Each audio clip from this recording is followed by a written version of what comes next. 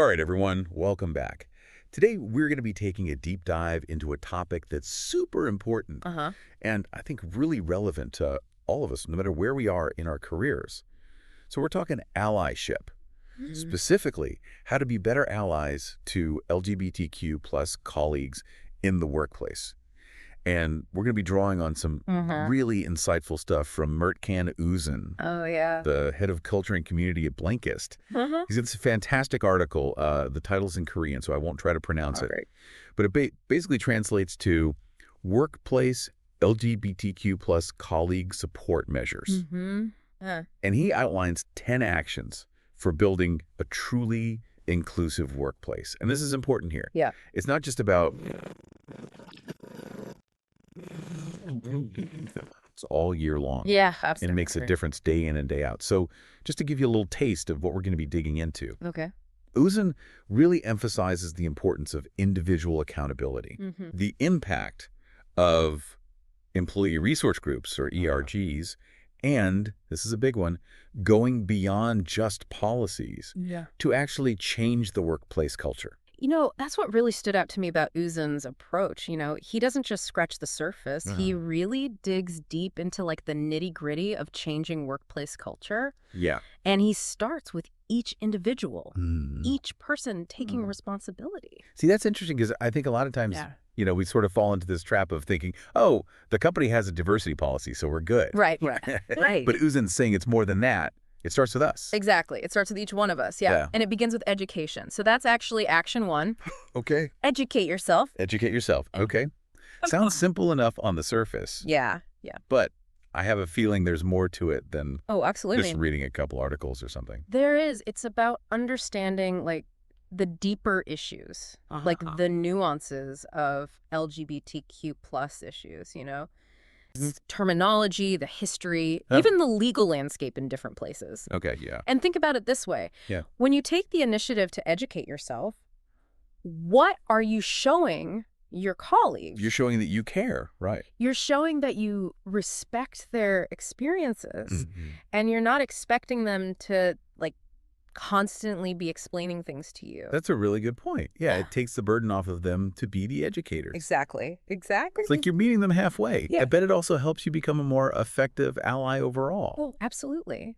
You will be much better equipped to challenge misinformation, to call out microaggressions when you see them happening, and advocate for policies that are truly inclusive. It goes beyond like passive support. It's about becoming an active advocate. Active advocate. Okay. So education is the foundation. What's the next step in Uzen's framework in building a truly inclusive workplace? Uzen calls it action 2. Create a safe space. And when you think about creating a safe space, think about psychological safety. You know, can your LGBTQ plus colleagues be open about their identities, about their experiences, without fear of being judged or facing negative consequences? You know, it's not just about having that policy on paper. It's about fostering a culture where people feel safe to be themselves. And feel comfortable bringing their whole selves to work. Exactly. And a big part of that is confidentiality. Right? Absolutely. People need to know that they can confide in colleagues or maybe their manager, you know, and know that it's not going to turn into office gossip. Right, that it's safe. It's a safe space. I'm starting to see how all these actions are interconnected. You can't just like cherry pick one or two. It's about creating a holistic environment of inclusivity. It all works together. And that leads us to action 3. Review policies, guardrails, and practices. So having strong, clear policies is super important, but Uzen emphasizes that they're meaningless without enforcement. See, that's what I was getting at earlier. It's not enough to just have a policy that says, you know, we don't tolerate discrimination. There has to be a clear process for reporting violations, for holding people accountable. Think about it. If someone experiences harassment and reports it, but then nothing happens, what message does that send? It undermines It undermines the whole idea of creating a safe space. Completely, It erodes trust. So it's about having those policies, but then enforcing them consistently and making sure that everyone knows how to report an issue if they need to. And those policies also need to be reviewed regularly to make sure they're keeping pace, right, with the evolving understanding and language around, gender identity and expression. It's like the world's not static, so our policies shouldn't be either. We've got to stay informed and adaptable. Okay, so we've got education, safe spaces, strong policies. What's next on Uzen's list? So next up is Action 4. Implement inclusive benefits and practices. So this is where companies can really walk the walk, right? Yeah. It's about putting those values into practice through things like, benefits packages. Exactly. And Uzen, he doesn't just offer vague suggestions here. He gets specific. Okay, like what? So think about offering health insurance that covers gender-affirming care. This can make a huge difference in the lives of transgender employees. Yeah, it sends such a strong message that their healthcare needs are just as important as anyone else's. Exactly. And it's not just about healthcare, right? Oh, absolutely not. There are other benefits that can make a really big impact as well. Absolutely. For instance, family leave policies. They need to reflect the fact that there are diverse family structures within the LGBTQ+ community. Adoptive parents, same-sex couples, families with transgender children, they may need leave policies that are more inclusive, than traditional ones. Absolutely. It's about recognizing that family doesn't look the same for everyone. Yeah. And making sure that your policies reflect that. Right. And you know what? There are some really interesting trends emerging here, right? Like what? Companies are beginning to offer things like fertility treatments. Oh, wow. That are specifically designed for, let's say, same-sex couples or transgender individuals who are looking to start families. Oh, that's amazing. Yeah. It's a sign that companies are becoming more aware of the unique needs of LGBTQ+ employees. It's like they're finally starting to see the whole picture. Yes. And this is where it gets really interesting for me, because there's a strong business case for all of this. Absolutely. The research actually backs it up. Companies with inclusive benefits, they're better able to attract and retain top talent. Yeah, it makes sense. In today's competitive job market, offering inclusive benefits, it's not just the right thing to do, it's a smart business strategy. It's a win-win. Right. Okay, so we're seeing that inclusivity isn't just like a feel-good initiative. Yeah. It's good for business. It's good for the bottom line. Exactly. What's next on Uzen's list? So Action 5 is encourage employee resource groups. Oh, I love this one. Yeah. ERGs are fantastic. They can be a real force for change. They give LGBTQ+ employees a space to connect with one another, to share experiences, to find support, and to advocate for change collectively. They really do. And it's not just for LGBTQ+ employees. Yeah. Allies can join too. Oh, absolutely. To learn more, to get involved, show their support. It's about creating that sense of community. Yes. Within the larger workplace, which is so important for, psychological safety, overall well-being. Feeling like you belong. Yeah. I've seen firsthand how ERGs can empower employees to drive real change within their organizations. It's powerful, yeah. Like, for instance, I recently came across a case study where an LGBTQ+ ERG at a tech company was instrumental in getting gender-neutral restrooms installed in all of their offices. That's incredible. They gathered data, they presented their case to leadership, and they made a difference. That's awesome. It shows how ERGs can go beyond just like social gatherings and really impact company policies and practices. Absolutely, yeah. And that brings us to Action 6, train leadership and allies. Okay, so this is where we start talking about leadership really walking the walk. Exactly. It's one thing to have inclusive policies, but it's another thing entirely to have leaders who are equipped to actually implement them and create a truly inclusive culture. And Uzen is very clear on this point. Yeah. This training needs to be mandatory, especially for leaders. I think this is so important.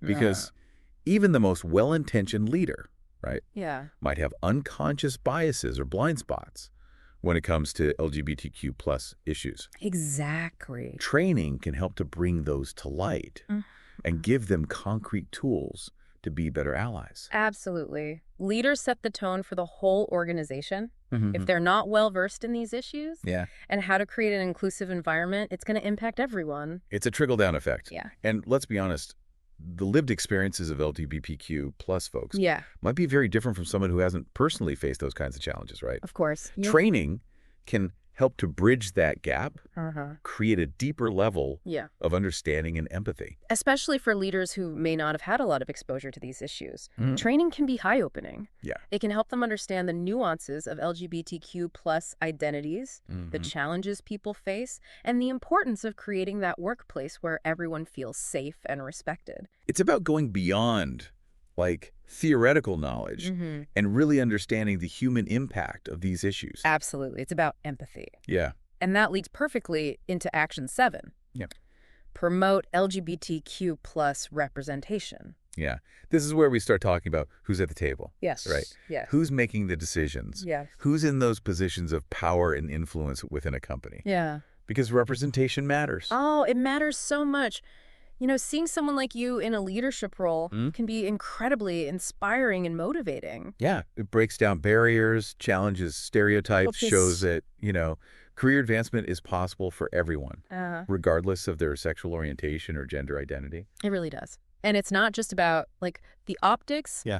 Having diverse perspectives at the decision-making table leads to better outcomes for everyone. Completely agree. Studies actually show that companies with diverse leadership teams are more innovative, more adaptable, more profitable, and more profitable. It's not just the right thing to do. Right. It's good for business. Exactly. I think it's important to emphasize that because sometimes people think of inclusivity as like a zero-sum game. Yeah. Like someone's gain is another person's loss. Yeah. But that's just not true. Absolutely not. We all benefit. It's about expanding the pie. Yeah, it's expanding the pie. Not just reslicing it. Exactly. And that leads to Action 8. Engage in external partnerships. Okay.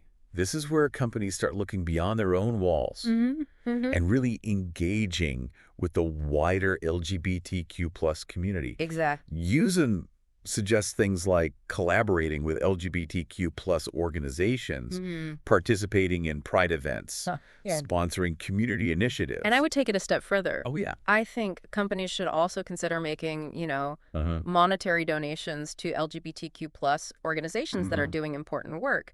Advocacy, healthcare, social services. Don't forget about employee engagement. Oh, that's a great point. Right. Companies can encourage employees to volunteer or donate to LGBTQ plus causes and maybe even offer matching donation programs. Absolutely. It shows that your commitment to LGBTQ plus equality goes beyond just the company walls. Right. It's about walking the walk, walking the wider world. Okay, so we've covered a lot of ground here. It's amazing how much Uzen has packed into these first 8 actions. But we're not done yet. There's more. There's more to come. 2 more actions to unpack. Okay. And they're crucial for making real, lasting change. So we'll be back in just a bit to discuss actions 9 and 10. Don't go anywhere. All right, we're back, and I'm really excited to get into these final 2 actions from Uzen's article. Yeah. I mean, it's like we've laid all this groundwork with the first 8 actions, but how do we make sure it sticks? Right. How do we make sure this isn't just a flash in the pan, It's back. That inclusivity becomes part of the DNA of the company. So it's sustainable. Yeah, sustainable change. Okay, so what's action 9? Action 9 is foster continuous dialogue. Oh, okay. Keep the conversation going. Keep the conversation going, exactly. So it's not just about, like, one-off training sessions or diversity events during Pride Month. It's about creating this ongoing culture of conversation around LGBTQ plus inclusion. So how do companies do that? Like, what are some concrete ways? I mean, there are so many creative approaches. You could have, like, regular check-ins, Look, pulse surveys to see how employees are feeling, or even host town hall meetings where people can share their experiences and ask questions openly and honestly. Yeah, in a safe environment. Yeah, safe and open environment. It's about creating those opportunities for real, authentic dialogue where everyone feels comfortable sharing. But it's not just about talking, right? No, you got to listen. You have to listen. You got to listen. Companies need to actually actively seek out feedback from their LGBTQ plus employees. And be willing to actually adapt. Yeah, adapt those policies and practices. Based on what they're hearing. That's where the learning and growth happens. That's where it happens. Right. It's being open to feedback and recognizing that, no one has it all figured out. Yeah. And there's always room for improvement. Always. And it shows your employees that their voices are being heard, that their feedback is valued. And that can go a long way in building trust. Absolutely. Psychological safety. All right, so continuous dialogue. What's the final action on Uzen's list? Action 10. Measure progress and accountability. Oh, okay. Hold ourselves accountable. Hold ourselves accountable. This is where we make sure those good intentions turn into real change. Because it's easy to get caught up in all the warm fuzzies. But if we're not tracking our progress, how do we know if we're making a difference? Exactly. Uzen reminds us, what gets measured gets done. I love that. We need to set some metrics, some benchmarks. Think about things like the number of LGBTQ plus employees in leadership positions, or the percentage of employees that have gone through LGBTQ plus allyship training. Right. Or even, track the number of reported incidents of discrimination based on sexual orientation or gender identity. That's smart. Track those negative incidents as well. Track it all, yeah. And I think it's important to make sure that data collection is done ethically. Absolutely. With informed consent from employees. Of course. We don't want to create a culture of surveillance or make anyone feel uncomfortable. It's about using data responsibly to drive positive change. Right. It's about transparency and accountability. Companies need to be open about their progress, share both the good and the bad. The wins and the areas where they still need to improve. Exactly. That transparency builds trust. It does. It builds trust and it shows you're serious. Yeah. If you're not willing to share the data, it's like, what are you hiding? What's going on? Exactly. So that accountability needs to be present at all levels of the organization. Absolutely. From individual employees all the way up to senior leadership. Everyone has a role to play. Everyone has a role to play in creating a more inclusive workplace. And that actually ties back to what Uzen said earlier about individual responsibility. It's not enough to just rely on company policies, right? We each have a responsibility to be active allies and advocates. I love that. Allyship's not a spectator sport. No, it's not. It's about stepping up in the game and taking action. Exactly. Even in small ways. Even small ways. It all adds up. So I think it's time for us to actually dive into the practical side of all this. Yeah, let's get practical. We've talked about the what, but now let's talk about the how. All right, let's do it. Okay, so this is where we get into the nitty-gritty of implementation. I'm ready to roll up my sleeves. Okay, so in our next segment, we'll be exploring those 10 actions through the lens of psychological safety. Sure. We'll talk about concrete steps that companies can take. Create a workplace where everyone feels seen, heard, respected, and valued. Yes, love it. Stay tuned. We'll be back in a flash. All right, so we're back. And now it's time to really get into the how of creating that inclusive workplace. Yeah, the nitty-gritty. We've got Uzen's 10 actions, right? That's our roadmap. But now I want to focus on that feeling, that sense of psychological safety. Right, because it's we're building a house. Those 10 actions, they're the foundation, the framing. But that psychological safety, that's what makes it a home. It's what makes it a place where people can really thrive. I love that analogy. So, okay, but let's start with action 1. Educate yourself. How does that link to this idea of psychological safety?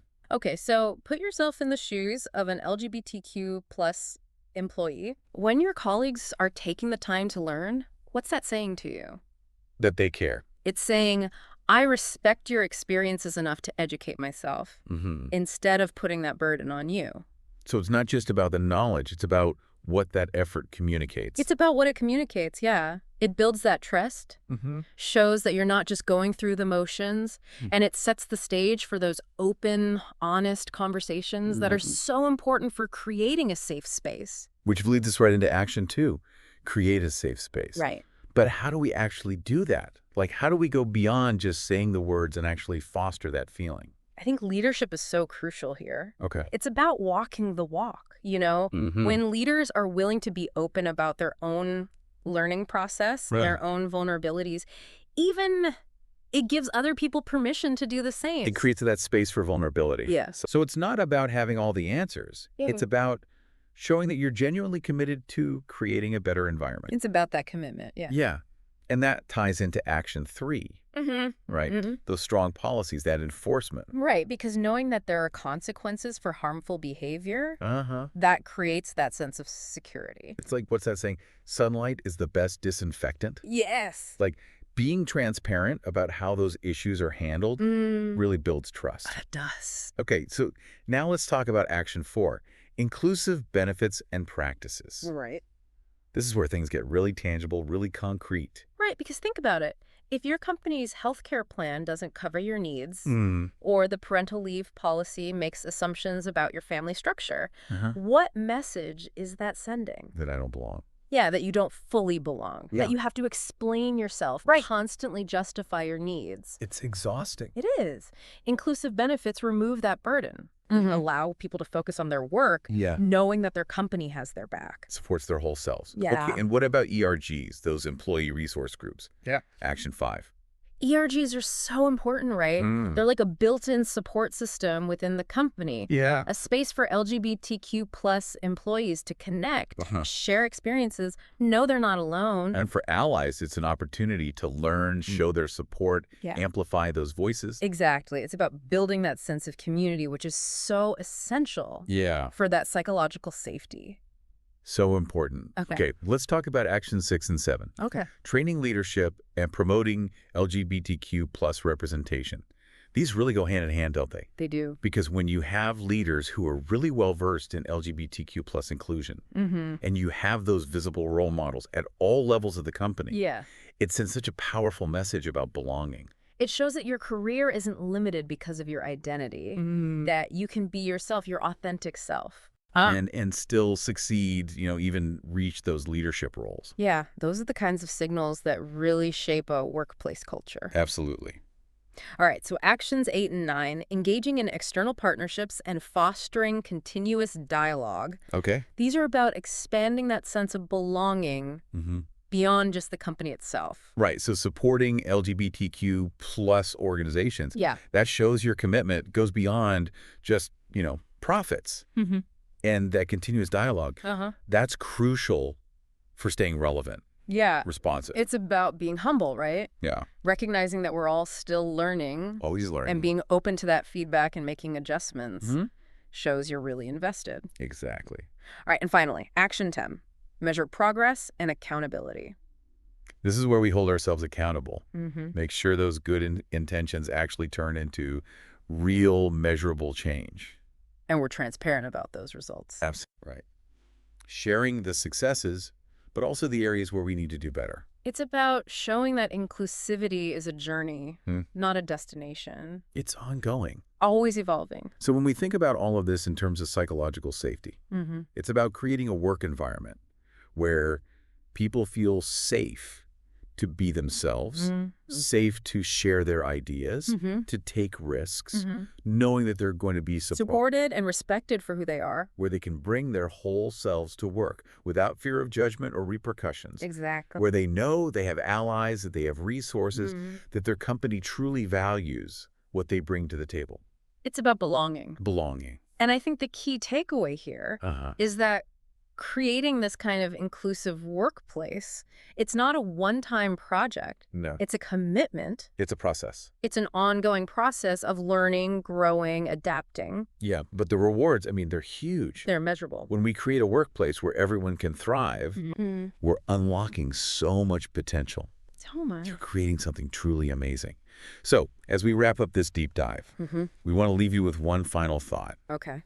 What's one action, no matter how small, that you can take today to make your sphere of influence a little bit more inclusive? Because even the smallest actions can create ripples. And those ripples, they can turn into a wave that transforms our workplaces, our world. It all starts with each of us. That's it for this deep dive. Until next time, keep learning, keep growing, and keep working to create a more inclusive world for everyone.